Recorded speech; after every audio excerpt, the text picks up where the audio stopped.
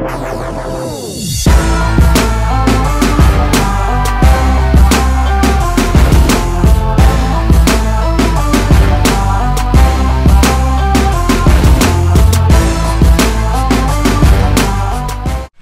guys, how's it going? It's Matt from FidelityGamingTV, and welcome to another episode of the Calgary Flames franchise here on NHL 14. So before the video starts, just want to go ahead and say that I have had a bit of a runny nose lately, so sorry about all the sniffling that's going to be going on, but bear with me here. Anyways, yeah, we won the Stanley Cup last time we left off, and that was a pretty good way to end off the episode and the season. Can't ask for much more than that. We got a Stanley Cup, and we beat the Toronto Maple Leafs in 7 games, so definitely a big accomplishment for us. You see, the boss is very happy with what we did. We got a Stanley Cup, and he knows that he picked the right guy, and that's good. That's what we were hoping to do eventually. So it took us a couple of years.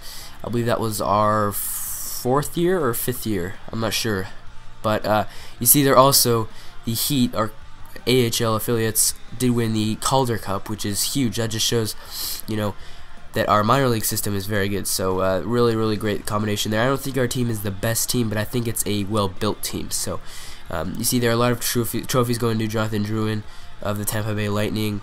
Connor McDavid got the Calder Memorial for being Rookie of the Year.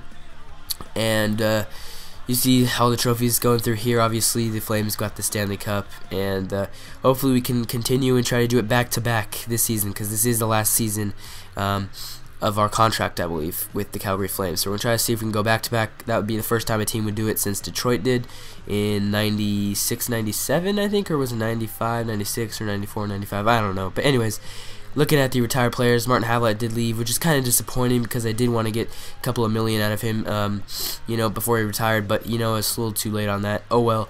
Right here, just going through even more players. You see some big names: Vincent Lecavalier, Joe Thornton, a bunch of guys, and Brad Richards also retired. So a couple of big names, but you see the goalies here. Josh Harding did retire from our team, so we're going to have to fill his spot in goaltending position. Also, Ryan Miller did retire with the Sabres. And we're going to go ahead and enter the draft here. We're going to pick up Colin Corey here, a defenseman, left defenseman, I believe, and looking pretty good. So that is our first overall pick. And right here, we're going to make a huge trade, trading Henrik Lundqvist, giving away Staging Gagliardi and a couple of first-rounders. Right here, we're also going to get a great backup goalie, Dansk from Chicago. Remember, he was the starter in round number 3 last year in the playoffs. We're going to get him, give away Briskalov and Sobotka, and a first and second round pick. I'm not caring too much about first and second round picks because I'm not going to be using them, because I think this is the last year we're going to do here with the Flames. But you see, I'm updating the scouts, and right here, boss is saying that he's hoping that we can make at least this conference semifinals this year. So we are set in goaltending position. You see here all the lines going through. Pretty much really good top 6 forwards, and then the bottom 6 could use some work, but they're more for depth.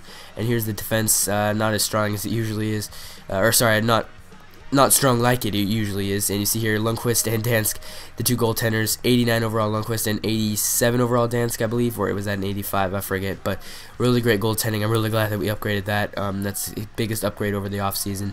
And you see here the AHL lines and goaltenders. So pretty nice. Overall, I believe that we have a pretty good team. And you see here, after the first month in the regular season, we are 8-0-2, yet to lose in regulation, first among the entire NHL with I forget how many points that was. Was that 16? Probably 18 points. And after November, we are also first in the NHL, and looking pretty good with 32 points. So now we're going to update the scouting, looking at some defensemen in the WHL. Hopefully we can get something good.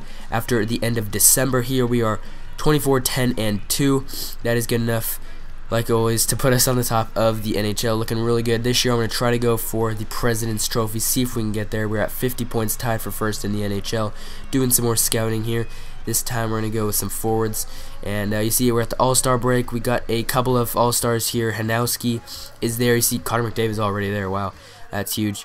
And then that's it for the offense. On the defense, though, you'll see here in a sec, Giordano will make the cut. And for goalies, Henrik Lundqvist will make the cut. So we got 3 All-Stars. That's good. Henrik Lundqvist is such a beast. 87 overall. I think his overall went down a little bit, but you know, that's gonna happen. He's like 35 years. He's like really old. And you see here, after the month of January, at the top of the NHL, still in our Heat AHL team. Not doing as good as they usually do. They only have 62 points, but not doing too bad. So we go ahead here, about halfway through the season, look at the progress reports. You see that Giordano did get a bump, but it's going through here. Not too many changes overall wise.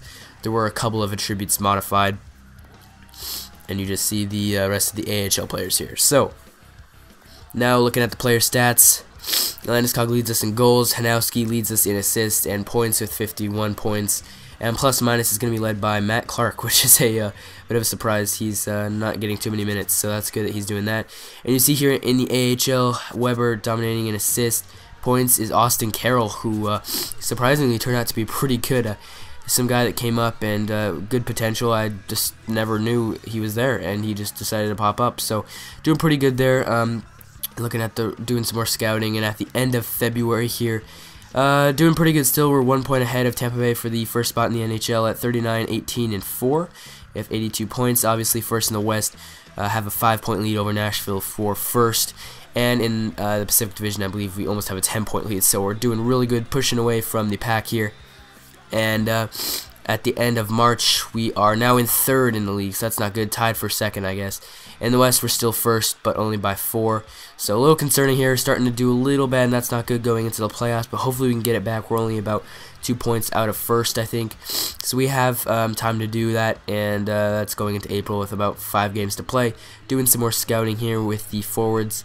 And right here, after a couple of games in April, check the standings one more time, and we'll see here that Nashville, after they played their last game, has 107 points. We have 106, so as long as we win our last game, we will do just fine, as long as Ottawa loses theirs. So we win the last game versus San Jose, which is good, and after every team has played 82 games, we do in fact get the most points in the NHL at 51, 25, and 6, 108 points. We clinch the West, we clinch the Pacific, and we clinch the President's Trophy. So fantastic job from us. The boss wanted 42 wins. We got 51, almost 10 more than he actually wanted, and that's great. So hopefully we can go ahead and play very well, and you see here the Heat will finish with getting third in the entire league. Hopefully they can do good. 101 points for them. Looking at the player stats, Landeskog leading in goals, Hanowski leading in assists and points, and plus and minus is also being led by Matt Clark once again. And that's about it for the NHL. So you see here the playoff tree. We'll be starting off against Winnipeg because we had the #1 seed in the league. We will go ahead and face the worst wildcard team from the West, which is Winnipeg. So come back next episode for the playoffs once again, taking on Winnipeg. Hopefully we can win the cup once again. Not going to settle for anything less. Thanks guys for watching this video. Hope you enjoyed.